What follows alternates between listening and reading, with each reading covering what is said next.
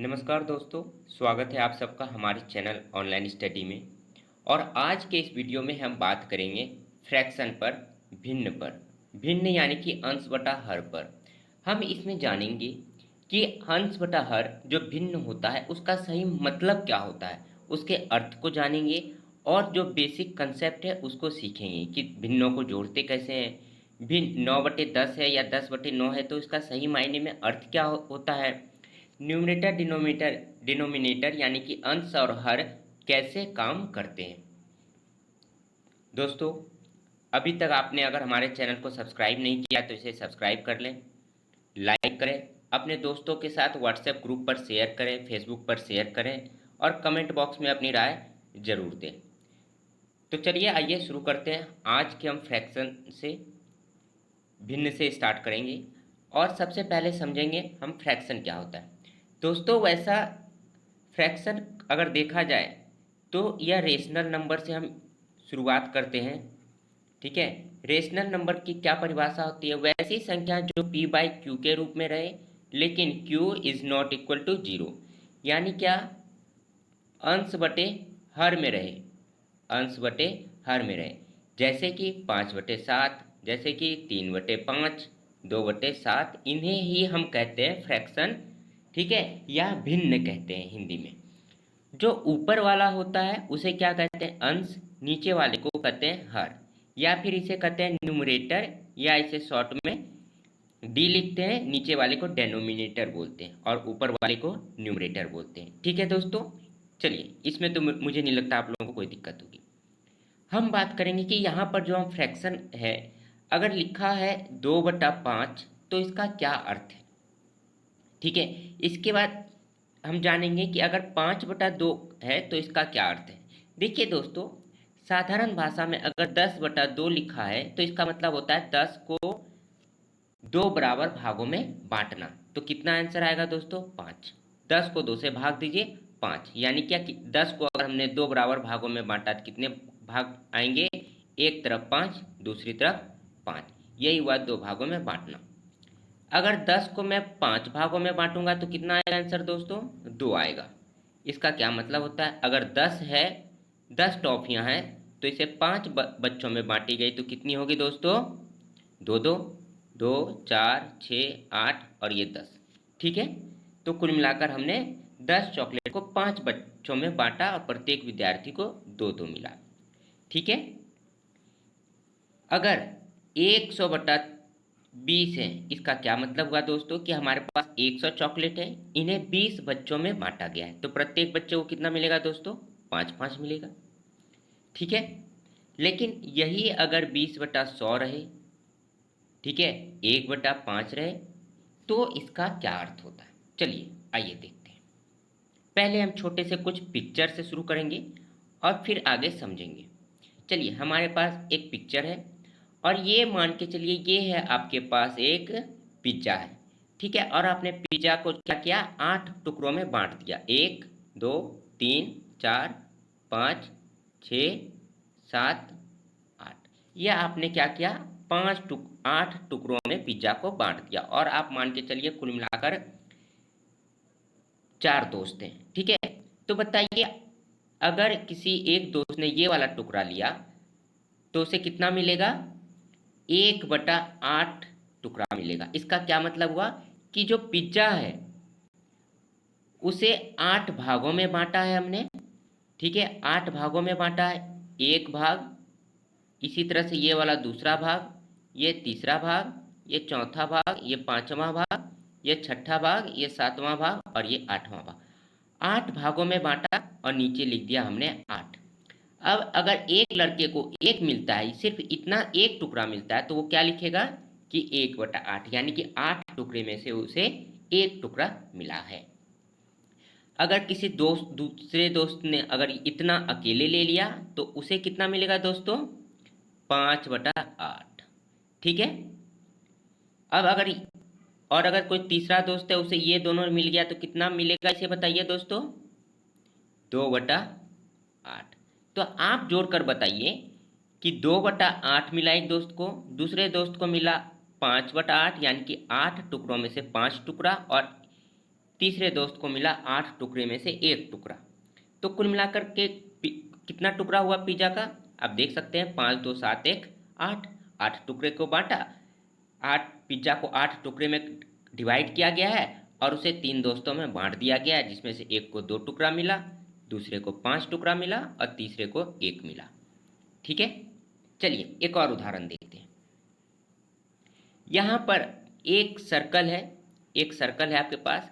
इसे कुल कितने पार्ट्स में डिवाइड किया गया है दोस्तों? 1 2 3 4 5 6 7 8 9, 9 पार्ट्स में डिवाइड किया गया। अगर ग्रीन पार्ट्स में कहूँ तो कितना है? तो टोटल पार्ट्स हो गए 9 और ग्रीन पार्ट्स कितने हो गए? 7, तो 7/9। अगर हम कहेंगे वाइट पार्ट्स कितने हैं? तो 2/9। ये हुआ इसका अर्थ दोस्तों। ठीक है, अगर यही 9/2 रहे तो इसका क्या अर्थ हुआ कि 9 को 2 बराबर भागों में बांटना, यानी कि 4.5 रुपये 4.5 रुपये। लेकिन जब यही चीज़ 2/9 हो जाए तो इसका क्या अर्थ हुआ दोस्तों कि कोई भी सामान है, कोई भी वस्तु है, उसे पहले 9 भागों में विभाजित करो और उसमें से 2 भाग को ले लो। अगर कोई दोस्त अगर इतना भाग कोई लेता है 3 भाग, तो वो कितना कहलाएगा दोस्तों? 3/9।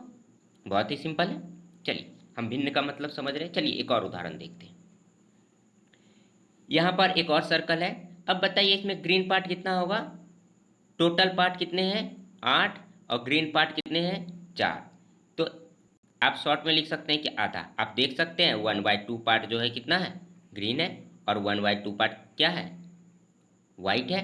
वाइट पार्ट को कैसे लिखेंगे? 4/8।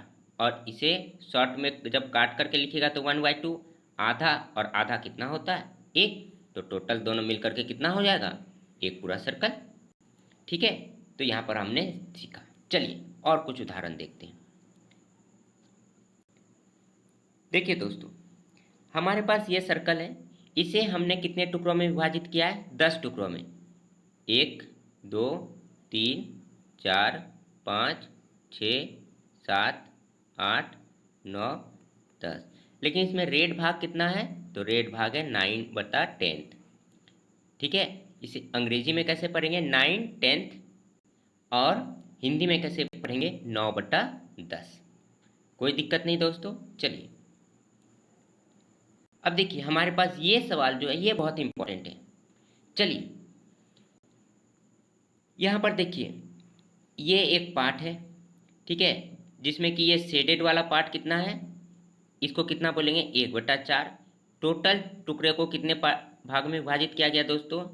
1 2 3 4 टुकड़े में। ठीक है, और ये वाला पार्ट कितना है? 1/4। इसी प्रकार इसमें भी कितना है? 1/4। और यहाँ भी कितना है? 1/4। और ये तीनों मिल करके अगर जोड़ दिया जाए तो ये वाला तो इसमें भर जाएगा, ये वाला तो यहाँ आ जाएगा और ये वाला यहाँ आ जाएगा।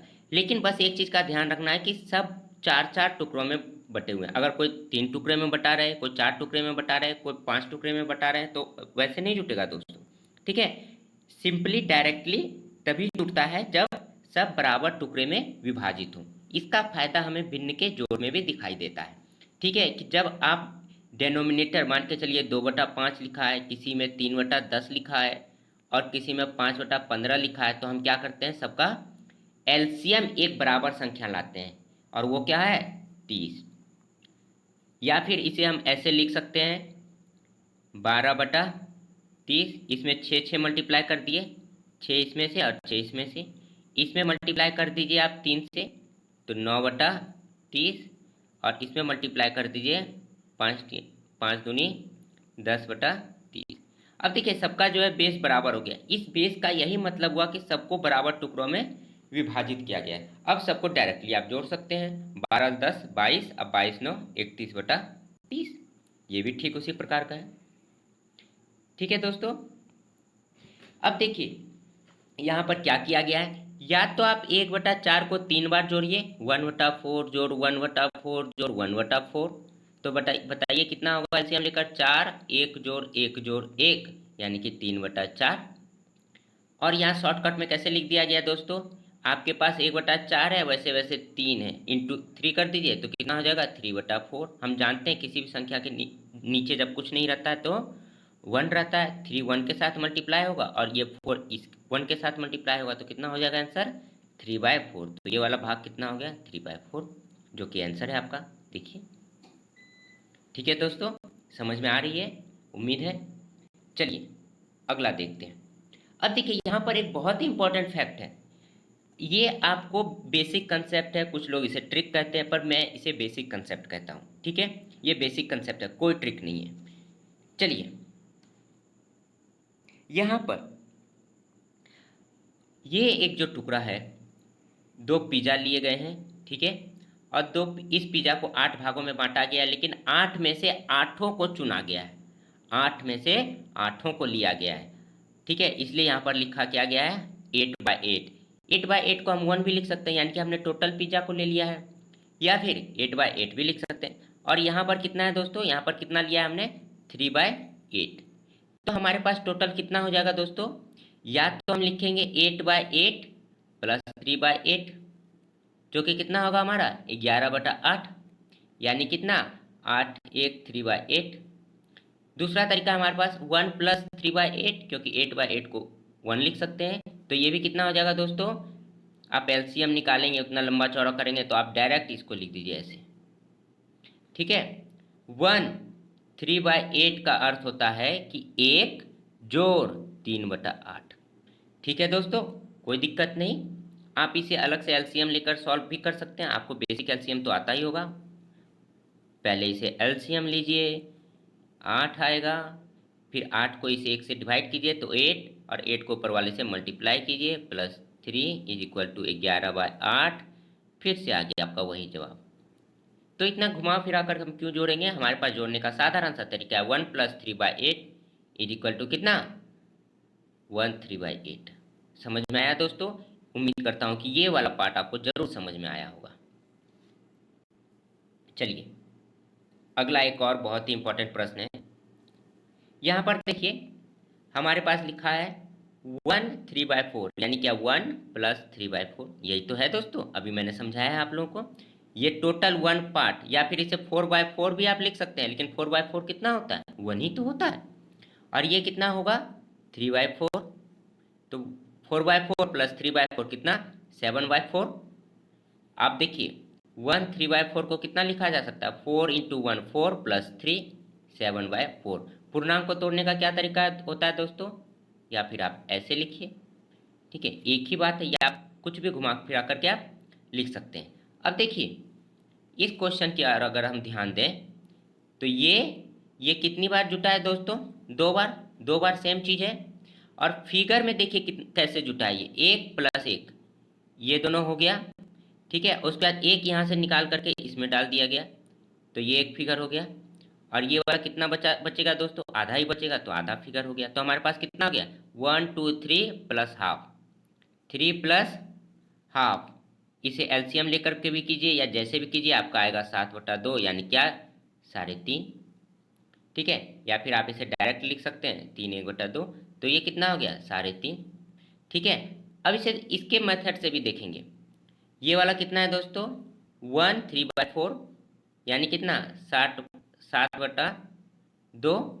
ठीक है, और गुने कितने 2। ठीक है दोस्तों, सॉरी 1 3/4, एक तो ये 1 और प्लस 3/4, ठीक है, × 2, तो ये कितना हो जाएगा 7/4, 7/4 × 2 कटा दीजिए, तो आपके पास कितना आ गया 7/2, यानी कितना 3.5, यानी कितना 3 1/2, यानी कि कितना 3 + हाफ। आप इसे कैसे भी लिख सकते हैं, ये सारे ही जो है एक ही बात है। ठीक है दोस्तों, उम्मीद करता हूँ आपको फ्रैक्शन समझ में आ रहा है। चलिए अगला देखिए, ये बहुत ही इंपॉर्टेंट है, 8/10 भाग, यानी कि टोटल हमने कितने टुकड़ों में विभाजित किया 10 भाग में, और ये ग्रीन वाला पार्ट कितना है दोस्तों 8 भाग, तो हम इसे क्या लिख देंगे 8/10। टोटल टुकड़े हमारे कितने भागों में बांटे मैंने इस रेक्टेंगल को 10 भागों में, तो नीचे लिख देंगे 10, और ग्रीन कितने पार्ट किया है 9 पार्ट, तो 9/10। अगर हम पूछेंगे इसमें व्हाइट पार्ट कितने हैं, तो 1/10, और इन दोनों को जोड़ने पर कितना बनेगा, तो पूरा रेक्टेंगल बनता है। देखिए 9 + 1 10, 10/10 कट जाएगा, 1 आएगा। उसी प्रकार इसमें व्हाइट वाला पार्ट अगर पूछा जाए तो 2/10। ठीक है दोस्तों, चलिए अब यहाँ पर कुछ बेसिक से क्वेश्चन हम बताएंगे। मैं इसमें से कुछ क्वेश्चन आपको एग्जाम्पल में करके दिखाऊंगा और कुछ क्वेश्चन आप वीडियो को पॉज करके सॉल्व करेंगे। दोस्तों अभी अगर आप सॉल्व कर लेते हैं इसको तो आपका भिन्न और फ्रैक्शन हमेशा के लिए क्लियर हो जाएगा। ठीक है, देखिए पहला सवाल है 5 जोड़ 1 1/3। 1 सेकंड में उत्तर दीजिए। 5 1/3 या 5 3 15 1 16/3। इसे कैसे सॉल्व करते हैं दोस्तों, इसको इससे मल्टीप्लाई कीजिए, 5 × 3 15 और इसमें इसे ऐड कर दीजिए। ठीक है, तो कितना हो जाएगा ये 16/3। चलिए इसका जवाब बताइए दोस्तों। 7 4/11। इसका जवाब बताइए दोस्तों। 5 6/7। इसका जवाब कितना होगा 8 8/5। डायरेक्ट पूर्णांक में। क्यों, कैसा लगा मेरा ये ट्रिक? ये कोई ट्रिक नहीं है, ये बेसिक कंसेप्ट है। आगे 6 नंबर क्वेश्चन और 5 नंबर क्वेश्चन आप खुद बनाएंगे। ठीक है, चलिए 7 8 भी आप बनाएंगे। ठीक है, 9 10 भी आप बना सकते हैं, कोई बड़ी बात नहीं है। या फिर अगर मैं आप चाहेंगे तो मैं आपके लिए चलिए सॉल्व करके दिखाता हूँ। 8 नंबर सवाल सॉल्व करके दिखाता हूँ। 13 4/9 जोड़ 11। 13 4/9 जोड़ 11। आप इसे क्या लिख सकते हैं दोस्तों, 13 जोड़ 4/9 जोड़ 11। अब बताइए 13 और 11 को जोड़ दीजिए, कितना होगा 24 जोड़ 4/9 बराबर कितना 24 4/9। ठीक है, उसी प्रकार आप बताइए ये वाला कितना होगा दोस्तों। इसको करने के लिए आपको जो है एलसीएम का सहारा लेना पड़ेगा।